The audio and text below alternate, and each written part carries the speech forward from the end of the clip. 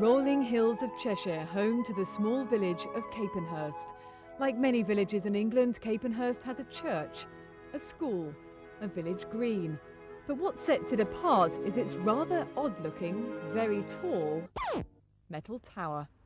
The tower's use has always been a mystery. It's now empty and up for sale. We just thought it was something to do with aeroplanes. I assumed it was for the storage of grain or some kind of farm use. Well, I did. I thought perhaps there was something inside there that, might be toxic or whatever, There's no windows really in it much, is there? In fact, it was used as a phone tapping device to intercept calls from Britain to Ireland. Does that surprise you? Oh, bet, yeah. When the Ministry of Defence built this tower 9 years ago, they said it was to test electronic equipment. That simply isn't true. No one who lives and works around here knew exactly what the building was used for, and even the architect who designed it wasn't told why it had to be 13 stories high, windowless, and with radio-transparent panels in the last 3 floors. What the architect was told is the precise angle for aligning the radio-transparent windows. We now know that was crucial if the receiver dishes installed later were to be able to intercept telephone signals. This is the British Telecom tower outside Chester. Anyone phoning, faxing or emailing Ireland had that information relayed through here. The signal was then passed 25 miles to the next BT station over there on the Welsh Hills. And in between the two, intercepting everything, was the Capenhurst tower. The beam transmits thousands of calls an hour in a direct route through the tower onto Gwaenysgor in Wales and across the Irish Sea to Dublin. In the same way, all international calls via Britain to the rest of the world from the Irish Republic had to pass through the Capenhurst tower. At least that's the theory. To prove it, communications expert Duncan Campbell visited the tower. He wanted to see what evidence had been left of the £20 million operation mounted so secretly and perhaps illegally by the Ministry of Defence.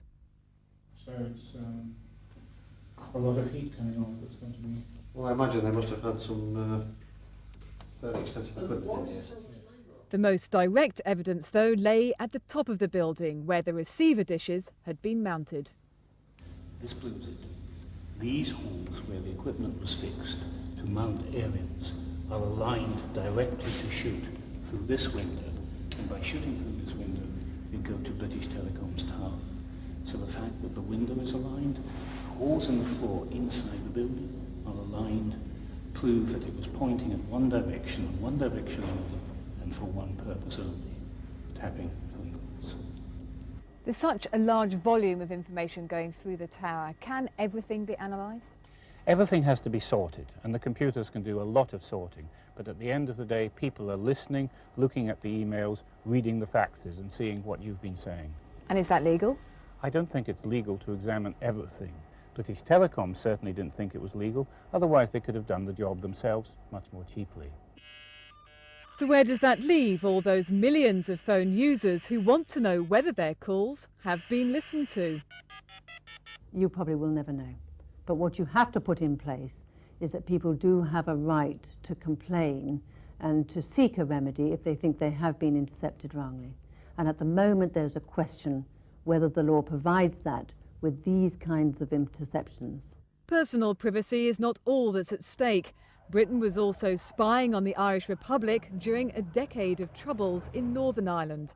While bombs were exploding around Ulster and on mainland Britain, the British government kept tapping and listening. It is quite extraordinary that governments should be undertaking what amounts to wholesale information piracy, and that Britain should be spying on Ireland at precisely the time when it needs their cooperation. So if the Capenhurst tower is no longer picking up signals, is the phone tapping between Britain and Ireland still going on? It's a fundamentally very robust intelligence mechanism. And it's just inherent in being in competition, whether it's among businesses or states or individuals, to want information about the world and about the people you're in competition with. The Ministry of Defence may no longer have any use for the Capenhurst tower, but they hope someone will have. The deadline for bids is midday tomorrow. Judy Aslett, Channel 4 News, Capenhurst.